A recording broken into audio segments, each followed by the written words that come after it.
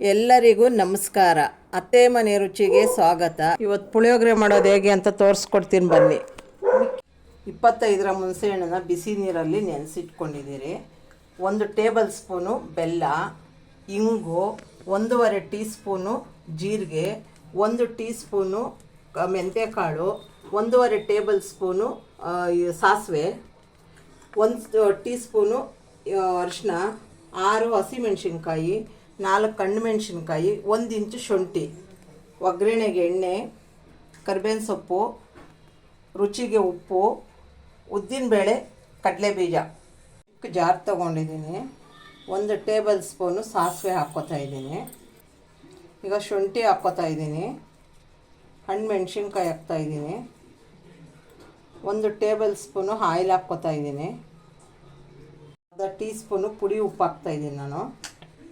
ಈಗ ಒಂಚೂರು ನೀರು ಹಾಕ್ಕೊಂಡು ನಾನು ಪೇಸ್ಟ್ ಮಾಡ್ಕೊತೀನಿ. ಈಗ ಒಂದು ಪ್ಯಾನ್ ಇಟ್ಕೊಂಡು 2 ಟೇಬಲ್ ಸ್ಪೂನು ಎಣ್ಣೆ ಹಾಕ್ತಾಯಿದ್ದೀನಿ. ಎಣ್ಣೆ ಬಿಸಿ ಆದಮೇಲೆ 1 ಟೀ ಸ್ಪೂನು ಸಾಸಿವೆ ಹಾಕ್ತಾಯಿದ್ದೀನಿ. ಸಾಸಿವೆ ಚಿಟಪಟ ಆದಮೇಲೆ ಜೀರಿಗೆ ಹಾಕ್ಕೊಳ್ಳಿ 1 ಟೀ ಸ್ಪೂನು. ಮೆಂತ್ಯಕಾಳು 1 ಟೀ ಸ್ಪೂನ್ ಹಾಕ್ಕೊಳ್ಳಿ. ಹಸಿಮೆಣಸಿನ್ಕಾಯಿ ಹಾಕ್ತಾಯಿದ್ದೀನಿ. ಕರಿಬೇವಿನ ಸೊಪ್ಪು ಹಾಕ್ಕೋತಾ ಇದ್ದೀನಿ. ಒಂದು ಸ್ವಲ್ಪ ಹಿಂಗೆ ಹಾಕ್ಕೋತಾ ಇದ್ದೀನಿ, ಒಂದು ಅರ್ಧ ಟೀ ಸ್ಪೂನ್ ಆಗೋಷ್ಟು. ಈಗ ಕ್ಯೂಚಿಟ್ಕೊಂಡಿರೋ ಹುಣಸೆ ಹಣ್ಣಿನ ರಸ ಸೇರಿಸ್ತಾ ಇದ್ದೀನಿ ಒಗ್ಗರಣೆಗೆ. ಬೆಲ್ಲನೂ ಸೇರಿಸ್ತಾ ಇದ್ದೀನಿ. ಹುಣಸೆ ಹಣ್ಣು ಗೊಜ್ಜು ಗಟ್ಟಿ ಆಗೋ ತನಕ ಐ ಫ್ಲೇಮಲ್ಲೇ ಬೇಯಿಸ್ಕೊಳ್ಳಿ. ಇದಕ್ಕೆ 1 ಟೀ ಸ್ಪೂನು ಅರಿಶಿನ ಸೇರಿಸ್ಕೊಳ್ಳೋಣ. ಇಷ್ಟು ಗಟ್ಟಿ ಹಾಕಬೇಕು. ಈಗ ಅನ್ನಕ್ಕೆ ಕಲಿಸ್ಕೊಳ್ಳೋಣ. ಅನ್ನ ಆರಕ್ಕಿಡಬೇಕು. ನಾವು ಬೇರೆ ನೈವೇದ್ಯ ಮಾಡಬೇಕಾಗಿರೋದ್ರಿಂದ ಅರಿಶಿನ ಉಪ್ಪು ಹಾಕಿಲ್ಲ. ನೀವು ಅನ್ನಕ್ಕಿಡೋವಾಗೇ ಬರೀ ಪುಳಿಯೋಗರೆ ಮಾಡ್ಕೊಳ್ಳೋಂಗಿದ್ರೇ ಅನ್ನಕ್ಕೇ ಅರಿಶಿನ ಉಪ್ಪು ಹಾಕ್ಕೊಂಡು ಕೂಗಿಸ್ಕೊಳ್ಳಿ. ಈಗ ಅನ್ನಕ್ಕೆ ಹುಣಸೆ ಹಣ್ಣು ಗೊಜ್ಜು ಹಾಕ್ಕೋತಾ ಇದ್ದೀನಿ. ನಾವು 2 ಲೋಟ ಅಕ್ಕಿಗೋಸ್ಕರ ಮಾಡಿ ತೋರಿಸಿದ್ದೀನಿ. ನೀವನ್ನ ಜಾಸ್ತಿ ಬೇಕು ಅಂದರೆ ಮಾಡ್ಕೋಬೋದು. ಇದು 2 ಲೋಟಕ್ಕೆ ಮಾಡಿದ್ದೀನಿ ನಾವು. ಈಗ ಸಾಸಿವೆಯನ್ನು ಪೇಸ್ಟ್ ಮಾಡ್ಕೊಂಡಿದ್ದೀರಲ್ಲ, ಆ ಪೇಸ್ಟ್ ಹಾಕ್ತಾಯಿದ್ದೀನಿ.